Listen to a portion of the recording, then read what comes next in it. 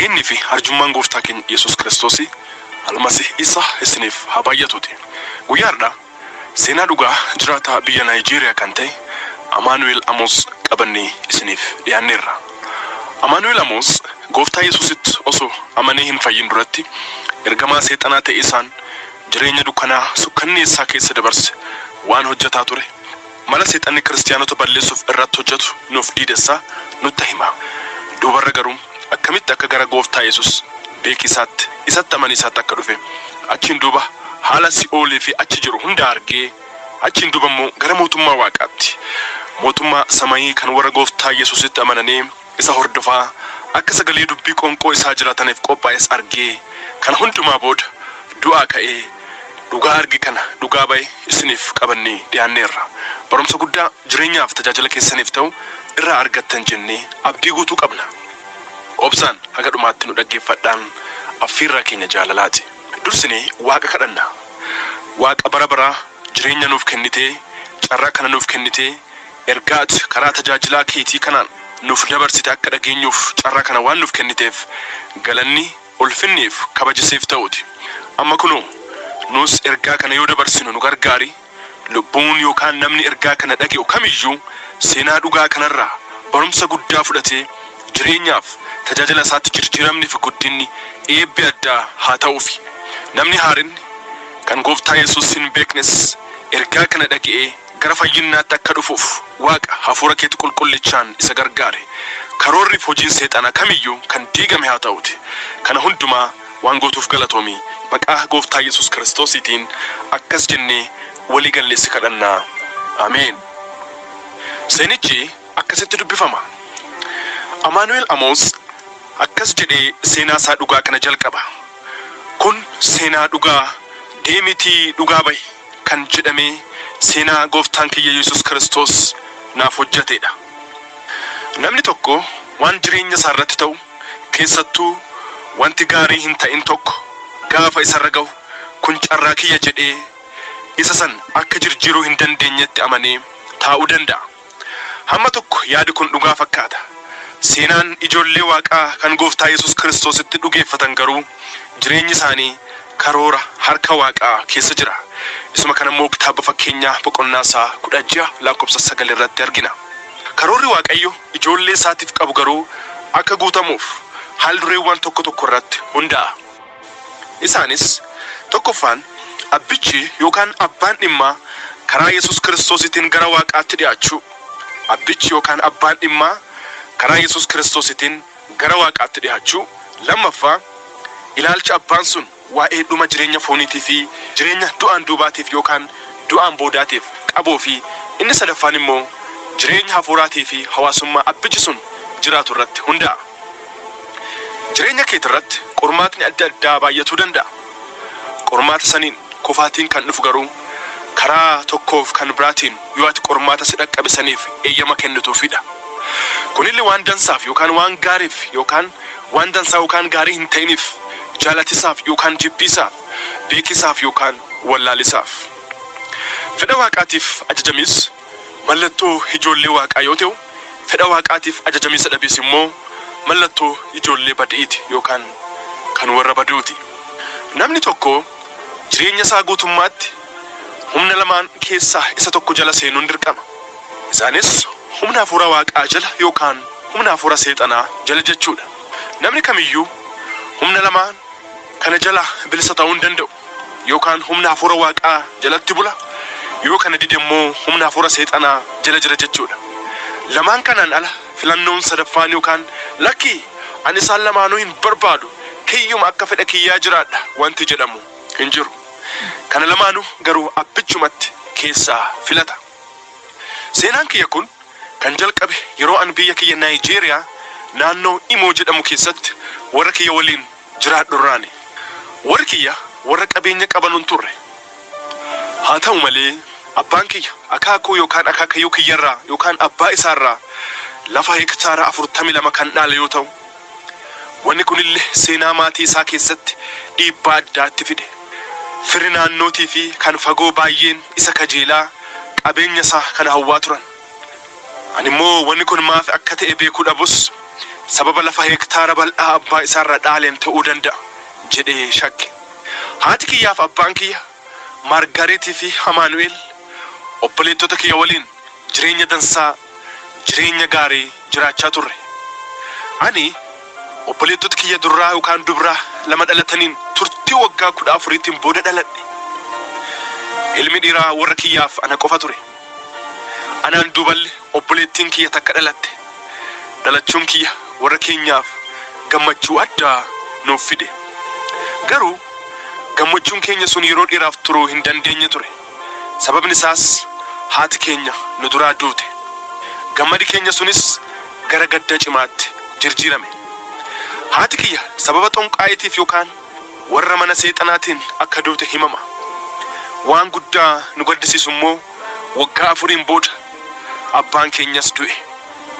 Hojii seexana irratti seexanni itti mufatee yookaan itti aaree akka abbaa keenya ijjeesallee himame. Waggaa 2 du'a abbaa keenyaatiin duuba obboleettiin kiyya guddoon isiin yookaan isheen hangafaa eessa buuteen ishee dhabame. Bifa dhokataa kan namaaf galuu hin dandeenyeen baddee hafte. Achiin duuba immoo obboleettiin kiyya kan biraa kan lammaffaa dhalatte immaraatte sammuu dhabde. Haalli kun immoo walitti daddabalamee maatii dur gammadaan jiraataa turretti gadda addaa kan walirraa hin cinne nutti fide. Haaluma kana keessatti akkuma ta'ee barumsa kiyya sadarkaa tokkoffaa addaan kutee ture itti fufee hamma ji'a 3 baradheen booda kaffaltiiwwan adda addaa naaf barbaachisan kaffaluu waan dadhabeef adoo hin jaalatin barumsa kiyya addaan kute. Baay'ee osoo hin turin akaakayyuuwwan kiyya du'an. Sirni awwaalcha isaanii raawwatameen booda firri keenya kan anguddoo isaan hin beekne obboleettii kiyya ishee takkatti naaf hafte maandhaa yookaan quxisuu kiyya kan taate na duraa fudhatan. Hagaadhaa eessa akkasiin jirtullee hin beeku. Hanqina jireenyaaf waan na barbaachisu adda addaarraa kan ka'e waggaa kiyya 13tti gara mana abbaa kiyyaatti deebi'ee qofii kiyya jiraachuun dirqama natti ta'e.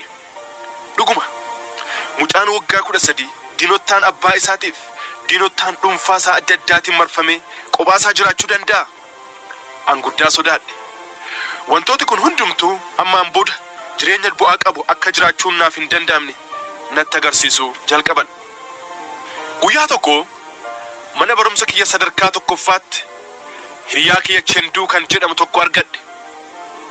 Chenduun baay'ee na jaalata. Waan anarra ga'e hunduma isaa waan dhaga'eeruuf gara warra isaatti na geesse. Warri isaallee simannaa o'aan na fudhatan. Akka mucaa lammaffaa isaaniittis na tolfatan. Jireenyi kiyya amma reefuu gara kallattii sirriitti dhufuu jalqabe. Haala dansaan haala gaariin na qabatan. Gammachuu duraan dhabee ture kaan amma argachuu jalqabe. Baay'ee natti tole. Haati kiyya lubbuun jirtuun waaqi isiin kadhataa turte sun kunoo warra kana fakkaatu kunoo naaf kenne jedhee sammuu kiyyatti fudhadhe. Gammachuu guddaa argadhe. Kana waggaa 2 keessa tureen booda ammas seexanni deebisee gammachuu kiyya kana diige. Chenduuf warri isaa konkolaataan osoo deemaa jiranuu konkolaataa biraa biyyee diimaa ba'atee deemaa jiru waliin walitti bu'anii yoosuma battalumatti hundi isaanii du'an. Oduu sukkanneessaa kana gaafa dhaga'u dhaabachuu dadhabee kufe. Gadda kana immoo isinuu caalaatti bakka kiyya buutanii naaf yaaduu dandeessan. Sirna awwaalcha isaaniitiin booda gara mana abbaa kiyyaatti deebi'ee ifa jiraachisuuf immoo hojii askarummaa hojjechuu jalqabe. Hojii dadhabsiisaa ta'e humna kiyyaa olii namoota gurguddaa waliin hojjechuu jalqabe.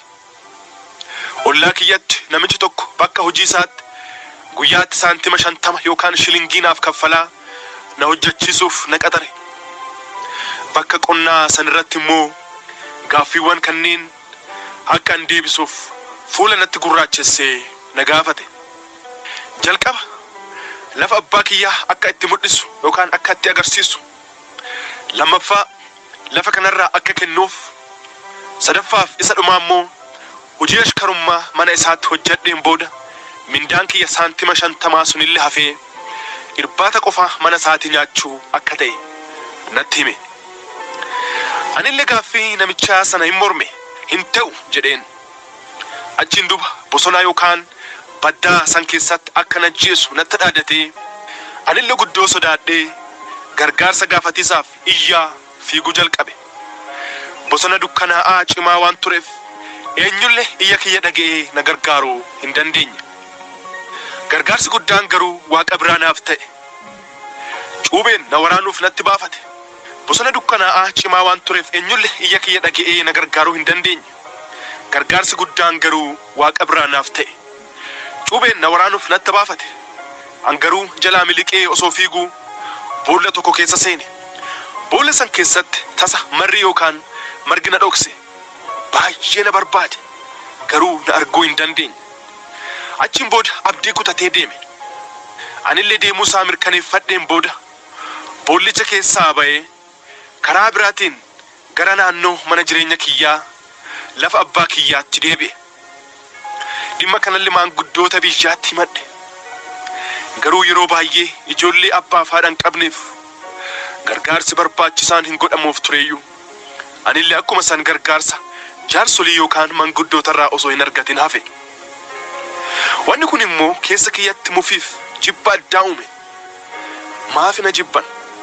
Maafi akka abbaa fi haadha hin qabne adoo beekanu na gargaaruu didan? Keessi kiyya aariif mufii addaatiin guutame. Jireenyi kiyyas rakkinnaan guutame. Kanaan booda tasafaa jireenya kiyya gaargalaan guutame kanaaf fala argachuufaa danda'a jedhee gara waldaa kiristaanaa naannoo kiyya jirtu takka deemee miseensa guutuu waldichaa ta'e. Miseensonni waldaa sanii tokko tokko na beekan turani garuu na gargaaruu hin barbaanne. Kanarra akka xiyyeeffannaa gootanu kanan barbaadu miseensa waldaa kanaa kan ta'e Gooftaa Yesuusitti osoo hin amanin gargaarsa argachuu qofaaf jedheeti. Lammaffaa dhalachuu jechuun maal akka ta'e iyyuu hin beeku ture. Har'aa kanallee jireenya akkasii keessa kan jirtanuuf miseensa waldaa kiristaanaa taatanii garuu Gooftaa Yesuus Kiristoositti kan osoo hin dhugeeffatin jirtanuuf an ergaa isiniif qaba. Sagaleen Waaqayyoo akkuma ergaa Phexros tokkoffaa boqonnaa 5 lakkoofsa 7 irratti barraa'etti inni yookaan Yesuus Gooftaan waa'ee keessaniif in yaadaatii waan isin rakkisu hundumaa isarratti gatadhaa, isarratti buufadhaa, isatti immoo dhugeeffadhaa, Gooftaaf fayyisaa keessan tolfadhaa jedhee jaalalaan ergaa kana isiniif dabarsa. Haala kana keessa osoo jiru mana barumsaa sadarkaa tokkoffaatti waliin barachaa kan turreef umrii waggaa 5 kan na caaltu Aliis gara jireenya kiyyaa dhufte. Wal jaalanne jaalala ijoollummaa kanaan gaafa guddannee umriin keenya gaa'ilaaf ga'etti akka wal fuunee wajjiin jiraannullee waadaa waliif seennee turre. Achiin booda barumsa sadarkaa lammaffaatiif gara mana barumsa naannoo biraa magaalaa Naaliis Aguree jedhamutti deemte. Isii achi jirtuun xalayaa jaalalaa baay'ee waliif barreessaa turre. Yoo isiin jalqaba hiriyummaa jalqabnu an umriin kiyya waggaa 15 isiin immoo umrii waggaa 20 irra turre.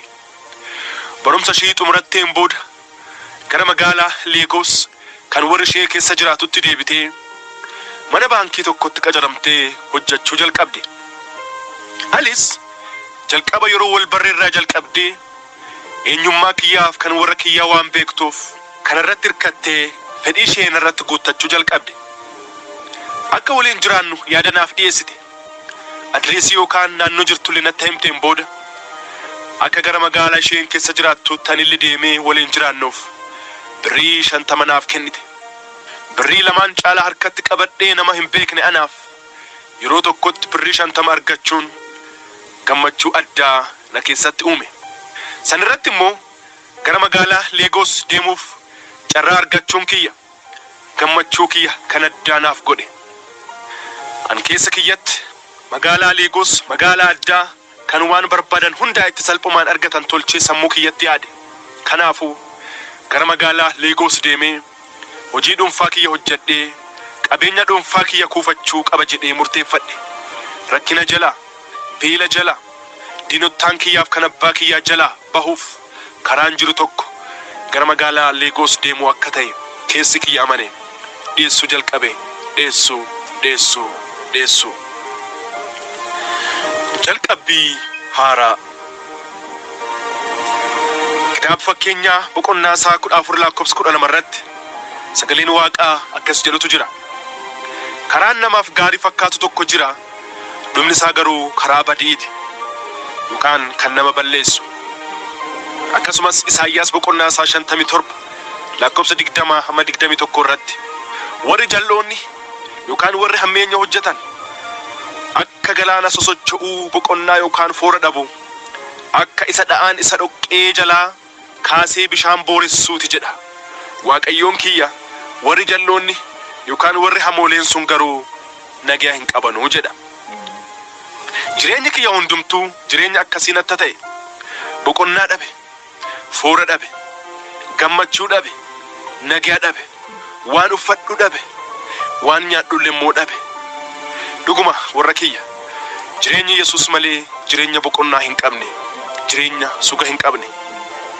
Eegasii birrii 50 haliis naaf kennite san qabadhee mandara kiyya dhiisee bahe. Akkuma magaalaa Leegos gaheen gamoowwan dhedheeroo, gamoowwan babbareedoo, akkasumas fuula namaa kan gammachuu addaatiin guutame gaafa argu dhuguma jannata waan seene natti fakkaate. Itti dabale immoo namni hundumtuu magaalaa kana keessatti dhimma hojii isaatiif asiif achi akka fiigu, namni hundumtuu hojiin akka itti baay'atu arge. Baay'ee gammaduu kiyyarraa kan ka'e ani amma bilisummaa bayira jedhee ofirratti dubbadhe. Man Aliisiif gaafa ga'u Aliis warra isii waliin simannaa gaarii naaf taasiste. Naannoo tokko waan turreef warri isii haala kiyyaaf warra kiyyaa hin beeku turan. Garuu immoo hariiroo yookaan walitti dhufeenya jaalalaa aniif Aliis qabnu wamaa quba hin qaban turan. Achiin booda Aliis kan heerumtee waliin jiraachuu barbaaddu abbaan manaa isii ana akka ta'e warra isheetti himte. Warri ishee garuu kana gaafa dhaga'an guddoo rifatane. Haa ta'u iyyuu malee marii turtii muraasaatiin booda an barumsa kiyya addaan kuteetti fufee xumureen duuba wanti hundumtuu akka ta'u yaada dhiyeessan. Aliis garuu yaada isaanii kana jabeessitee mormite.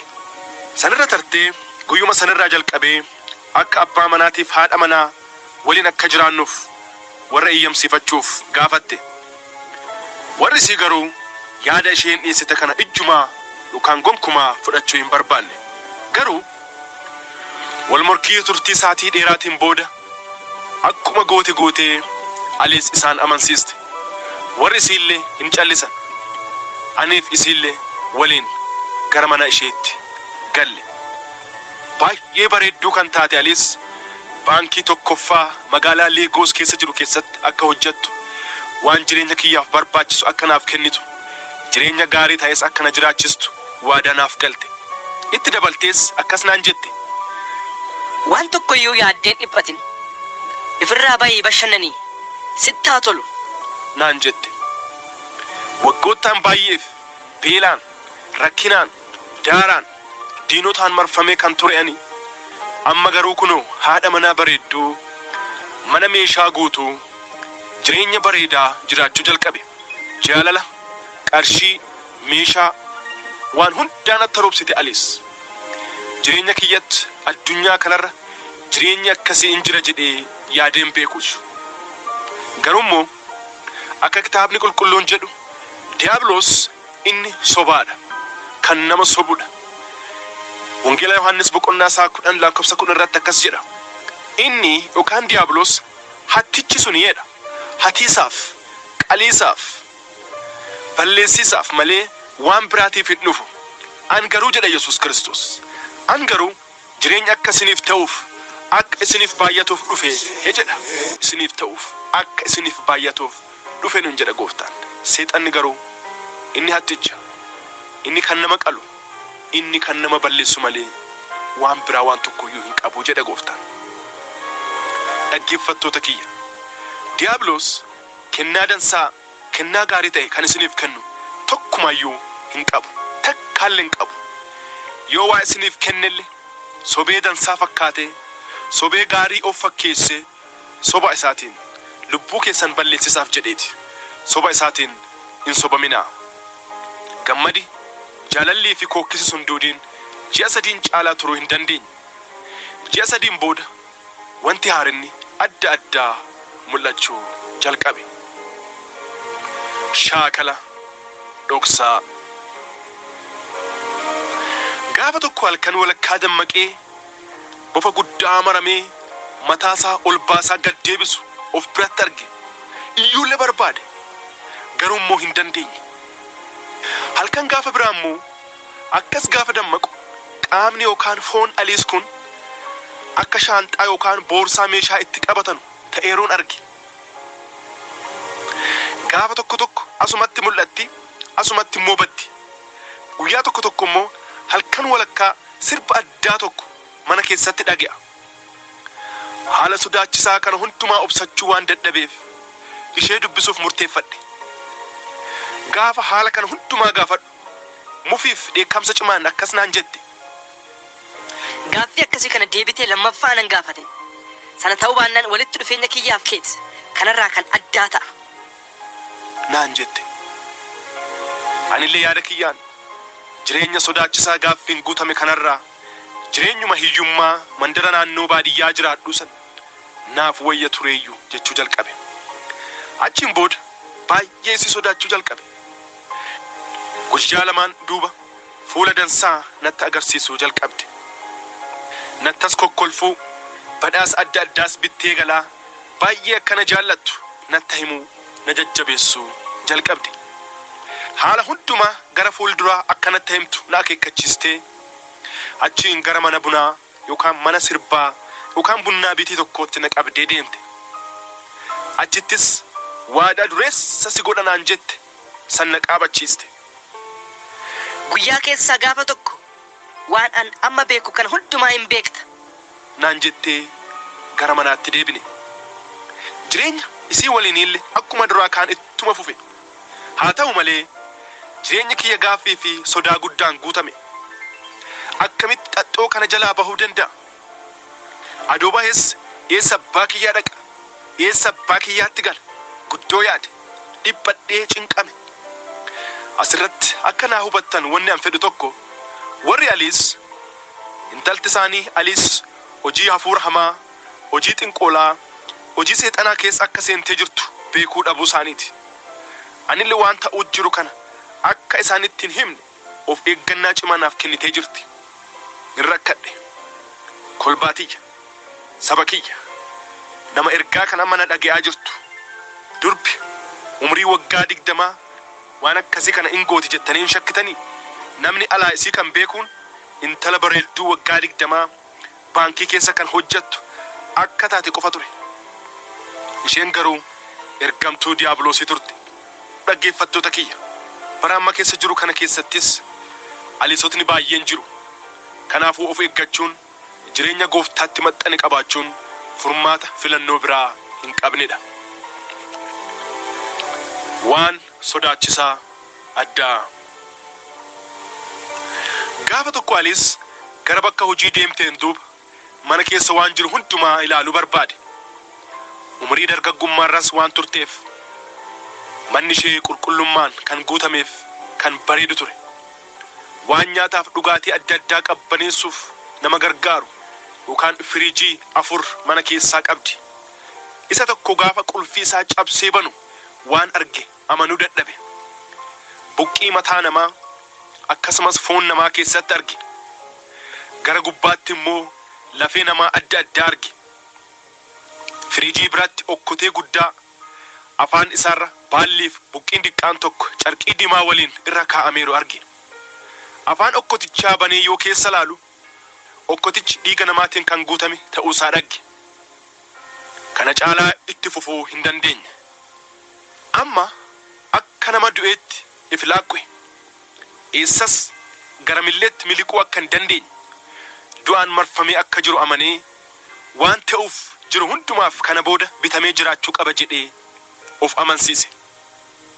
Aliis bakka hojii waltarraa gara manaa yoo galtu bakka hojii jiraattee waan ani manatti godhaa ture hundumaa akka beekte anaaf gale. Kana booda addunyaa xinqolaatiif asmaatii wajjin wal bare. Guyyaa itti aanutti gara walgahii tokko akka waliin deemnu na gaafatte.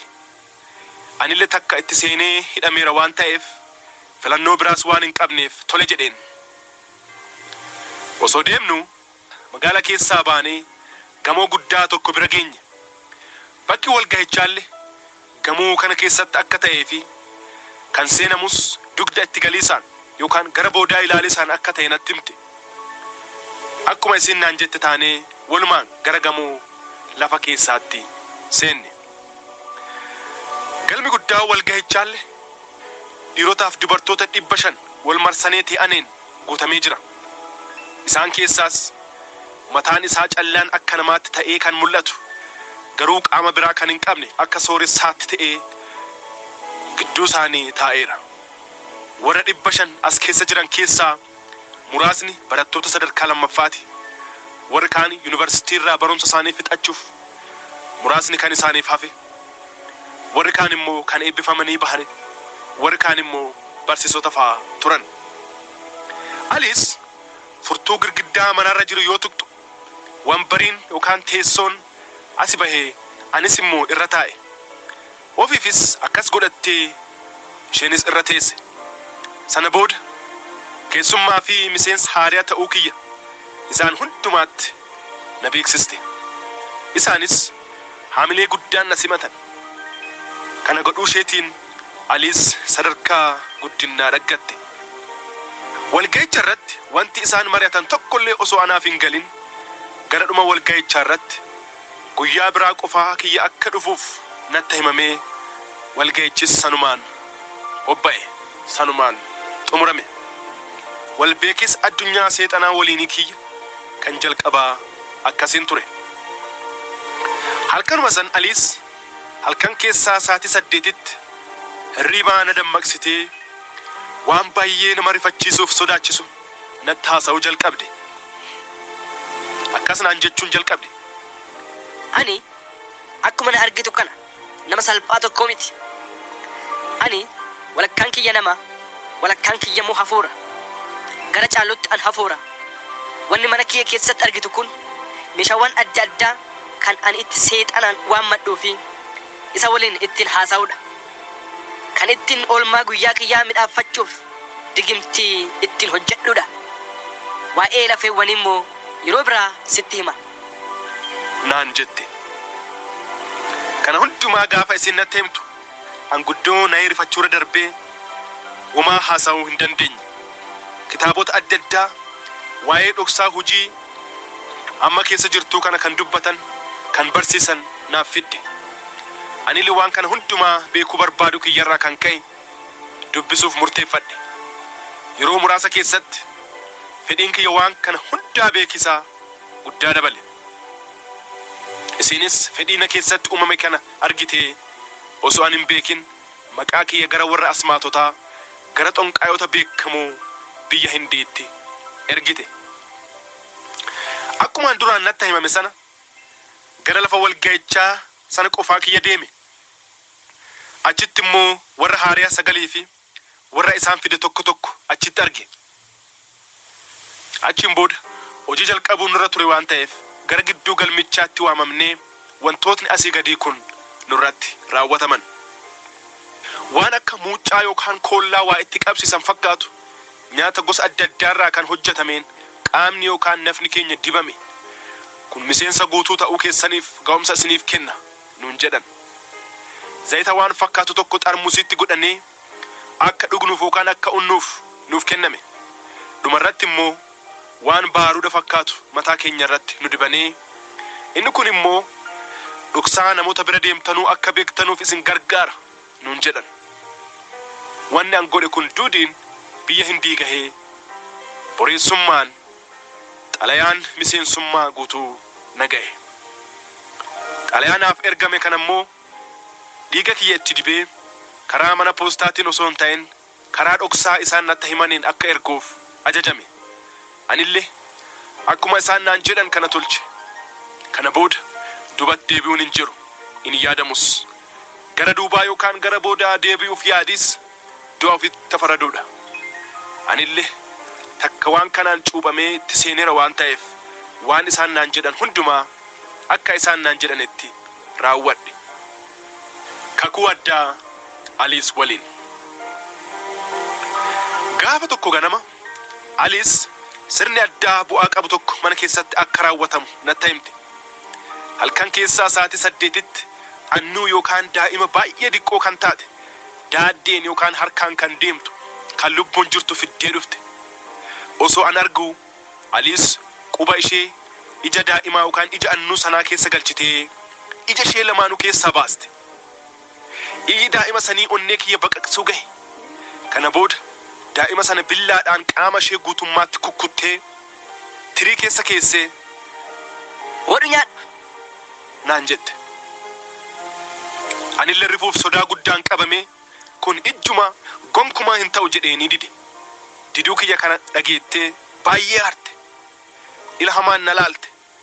Anillee adoo wanti hamaan biraa natti hin dhufin filannoo biraa hin qabu jedhee foon daa'imaa san nyaachuu dhiigalli arraabuu jalqabe. Kanaan duuba akkas naan jette. kun anaaf si gidduutti kakuudha. Waan an tolcheef tolchaa jiru kana ammaan boodas kan tolchu nama tokkottuu hin dubbattu. Gaafa garuu dubbatte ofumaa du'a ofitti faradde jechuudha. Ofumaa du'a ofitti murteessite jechuudha. Naan jette. Yoo kana naan jettu guddaa rifadhe. Kana dhageen duuba wanti addaa tokko keessa kiyyatti uumamuu jalqabe. Aga ofii kiyya to'achuu hin dandeenyetti jirjiiramuu jalqabe. Gorsa of eeggannaa haadhotiif abbootii kiyyaaf akkas isiniin jedha. Hojjettoota manaa keessan hin beektanii? Ka'umsi isaanii eessa? Warra isaanii amantaa isaanii hoo? Ijoolleen keessan eessa? Eenyu waliin oolti? Dhuguma hin beektanii? Ijoollee keessan xixiqqoo isaanitti dabarsitanii kennisaan duratti waa'ee hojjettuu yookaan hojjetaa manatti qacarattanii waan beektanu qabdanii? Dhuguma kana yaaddanii beektanii? Mee yaadaa. Aliis daa'ima diqqittii amma ila keessaa baastee billaan kukkuttee na nyaachiste kana eessaa fidde? Abbaa kiyya haadha kiyya qabadhu. Hojjettoota keessan to'adhaa. Oolmaa ijoollee keessanii to'adhaa. Kanaafuu warra kiyya dubartiis ta'e dhiiras nama mana keessanitti qaxarattan kamiyyuu duuba nama sanii haala isaanii hundumaa